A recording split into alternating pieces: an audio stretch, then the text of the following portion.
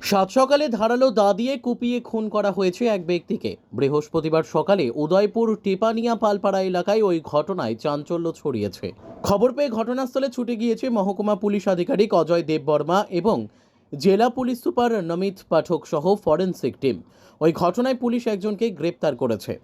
পারিবারিক বিবাদকে কেন্দ্র করে ওই ব্যক্তির খুন হয়েছে বলে ধারণা পুলিশের। ঘটনার বিবরণে জানা গিয়েছে, বৃহস্পতিবার ভোর আনুমানিক 4টে নাগাদ টেপানিয়া পালপাড়া এলাকায় নারায়ণ দাস বয়স 65 নিজ বাড়িতে খুন হয়।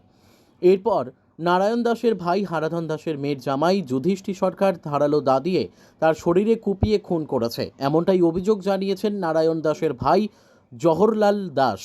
পুলিশ সূত্রে জানা যায়, বুধবার রাতে নারায়ণ দাসের ঘরে জামাতা যুধিষ্ঠির সরকারের সাথে মদ্যপান করা হয়। কোনো এক অজ্ঞাত কারণে নিজেদের মধ্যে ঝগড়া বিবাদ হয়ে এই দুর্ঘটনাটি ঘটে।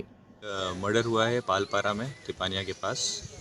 ये जो डिसीज्ड हैं इनका नाम है नारायण दास और अक्यूज्ड हमारी कस्टडी में है और जो मर्डर का वेपन है वो हमने सीज कर लिया है और जो प्रोसेस है वो पूरी ड्यूली फॉलो करी है। हमारी एफएसएल टीम भी ग्राउंड पे है, एसडीपीओ और ओसी हम सब यहाँ पर हैं और अक्यूज को पकड़ा गया है और इन्वेस्टिगेशन चल रहा है।